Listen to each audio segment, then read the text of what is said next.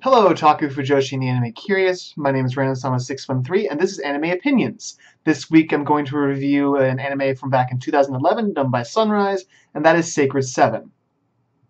Now, the basic premise of Sacred 7 is that a number of years ago, I want to say it was about 1,000, 7 meteorites crashed into Earth, and these were known as the Sacred 7, and they gave varying people different powers, basically.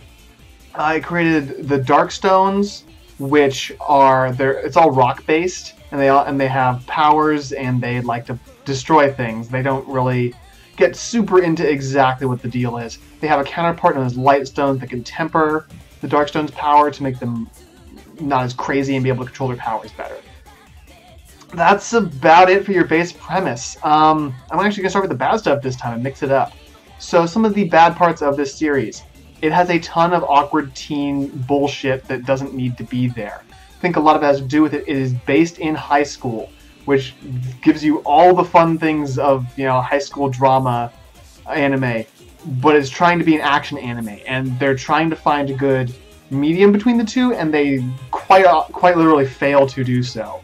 There's so much awkward teen BS that you have to deal with. So it's kind of a killer. It has main character syndrome. If you're not familiar with main character syndrome, it's something that I see a lot. It's that no one can do anything but the main character. The main character is the only one who can defeat the main bad guy or solve the problems. And there are other characters who try to do so and they fail every time.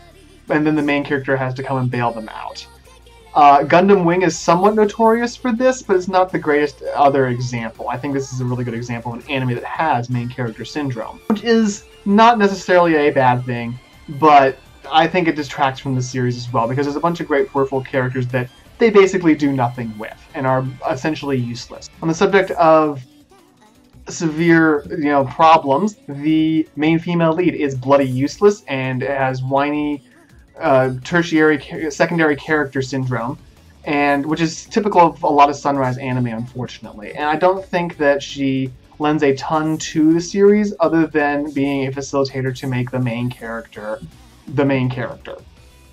So I don't exactly hate her, but I find her to be overly whiny and not very useful. But let's get on to the good stuff, because there are some good things with this series.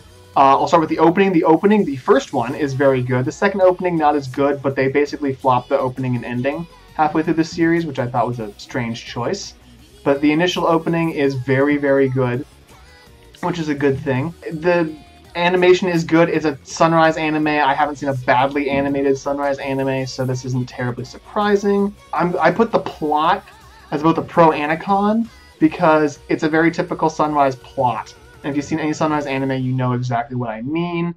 It's very shonen, it's mostly action-oriented, and it does have the main character is far too central to it. Which sounds strange, but that's a problem that I have. The supporting cast is actually pretty good. There's Kagami, who is the main female lead's butler, and he actually has some rich backstory, and that's great.